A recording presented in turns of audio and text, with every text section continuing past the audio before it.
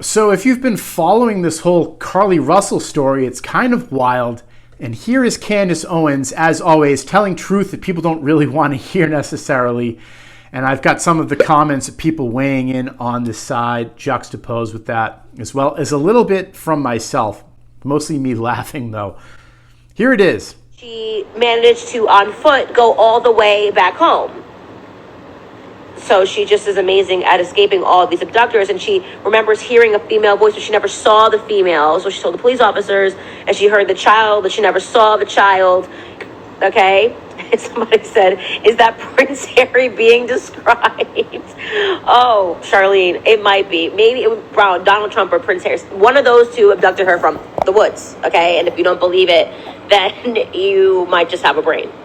So then the police conduct this investigation, and it turns out it's, very shady, but now she needs mental healing. So what do the police do? So the police are just like, okay, she's not telling us anymore. We can't talk to her. Parents are getting a little clammy. So they just conduct a basic investigation, and they find out that Carlee stole from work. That they go back to her place of work. Remember, she was working that day before she got snatched by the toddler lurer.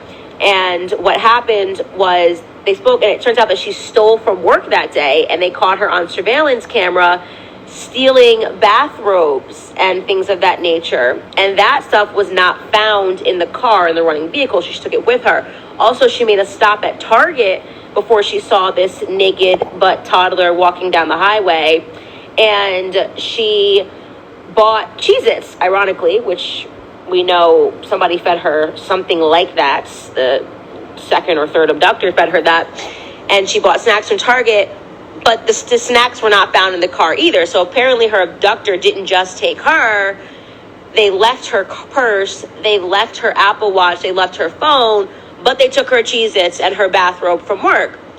Then the police did some real police work, and they realized, oh, well, she left her phone, so let's just go through her phone and see who she was calling, who she was texting, and what she was Googling. So they contacted the Secret Service, and I'm like, okay, well, now your story really better add up, because the Secret Service are involved. Even though they can't find cocaine in the White House, they're definitely about to figure out this Carlee Russell story.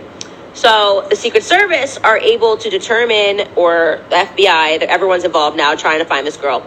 And her Google searches, you guys, I'm done. I got to retire after this. 8 hours before while she was at work, whatever it was, she was Googling the movie Taken.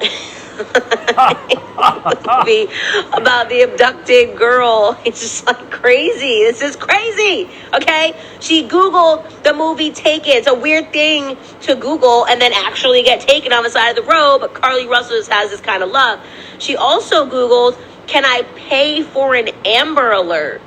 So she was going to either send an Amber Alert. She said, how old? And she Googled again, like, how old do you have to be to qualify for an Amber Alert? So it feels like she was maybe going to send an Amber Alert out on herself. Maybe the toddler, maybe her. I'm not sure. The story gets a little confusing. Maybe Amber Alert on the guy with the red hair, the Prince Harry character in the woods. None of us are really sure what the Amber Alert's going to be, but that's what she Googled. She happened to Google on this day that she snatched her own wig, and now the police are realizing, okay, that's a little ironic, sounds a little suspect.